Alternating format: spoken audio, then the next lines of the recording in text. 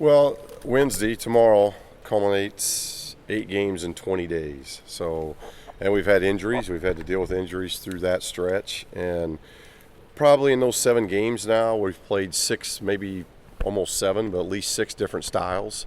And to do that 3 games in 4 days down in Anaheim, one against a Big Ten team and another one against the SEC team, and to try to handle those type of things without a lot of practice on some of those styles.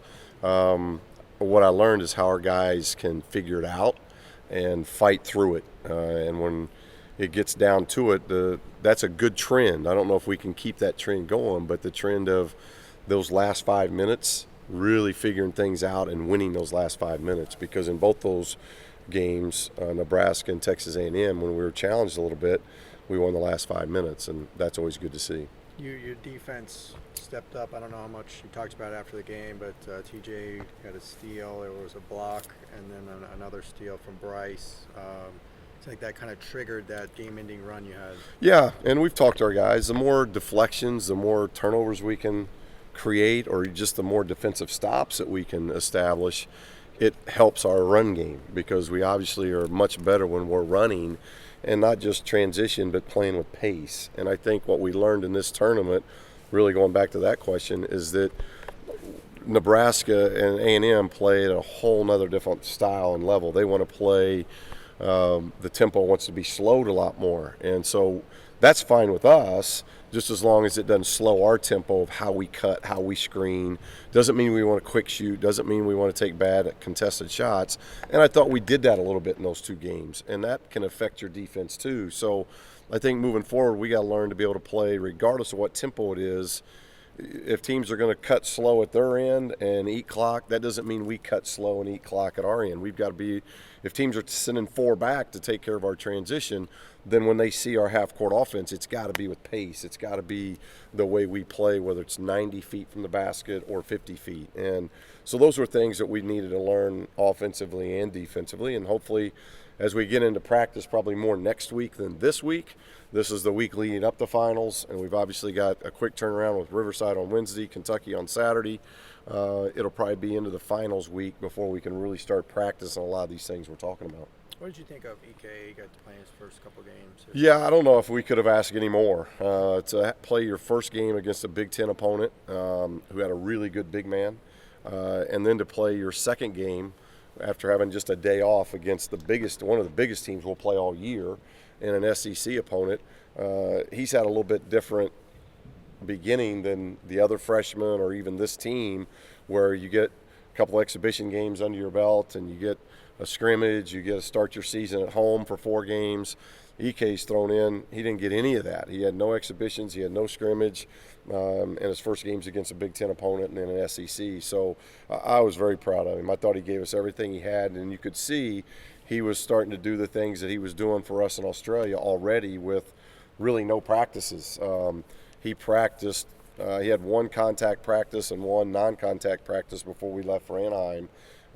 So it's not like he'd been practicing for 2 weeks. So very proud of what he gave us, and now he should be, after talking to doctors, he's unlimited. So we have no restraints with him as far as playing time moving forward.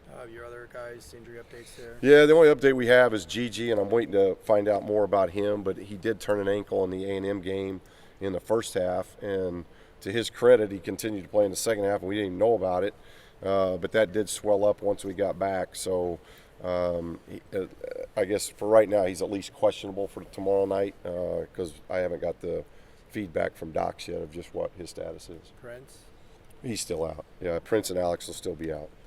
How do you think the atmosphere in Rupp Arena would compare to anything you guys have faced so far, especially as a freshman? No comparison. I've played there. I've been a part of that.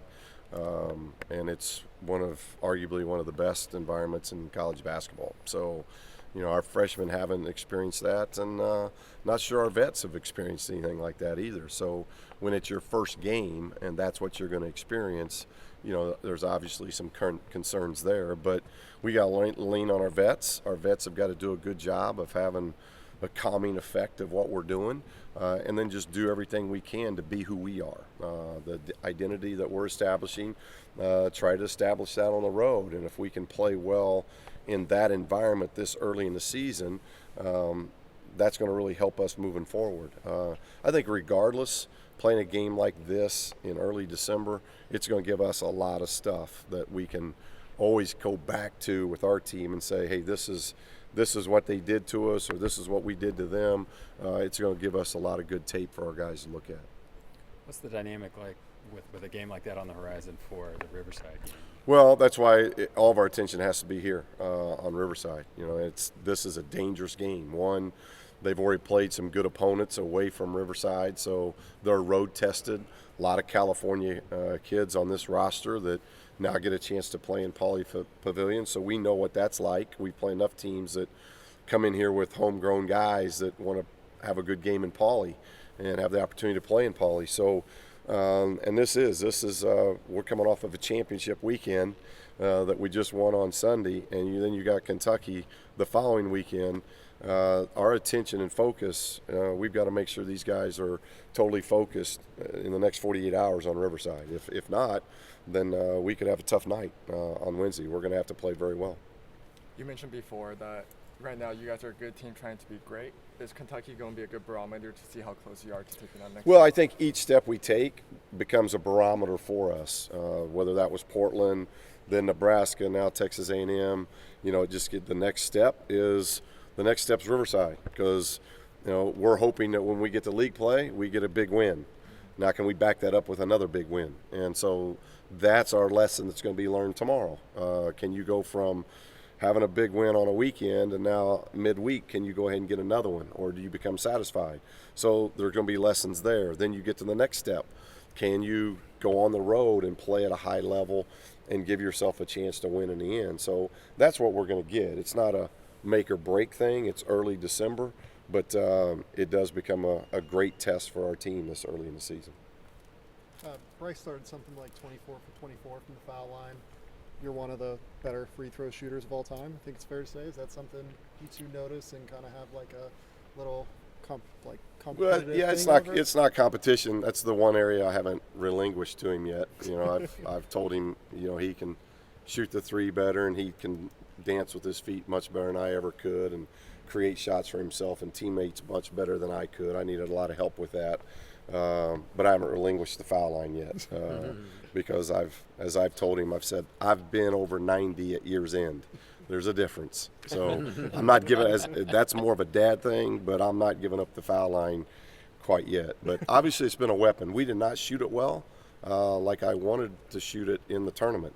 I thought that we had some slippage there because I think this team has a chance to be about an 80% foul shooting team as a team, and that's a huge weapon, especially when you get into January and February, and those are grind games. If you can win the battle at the free throw line, you could win games that way. And I thought in our last two games in particular, we didn't shoot the foul shot like we're capable of. But obviously, he's somebody that I think he's top 10 in school history at the foul line. So he does a very good job at the foul line. And he's getting there. We're seeing him get there more this year, which is going to be crucial too, making sure when you've got a weapon like that, you get to the line a lot. Time for one more question. All right, thank you, Coach. Thank you. Appreciate it. Thank you. Thanks.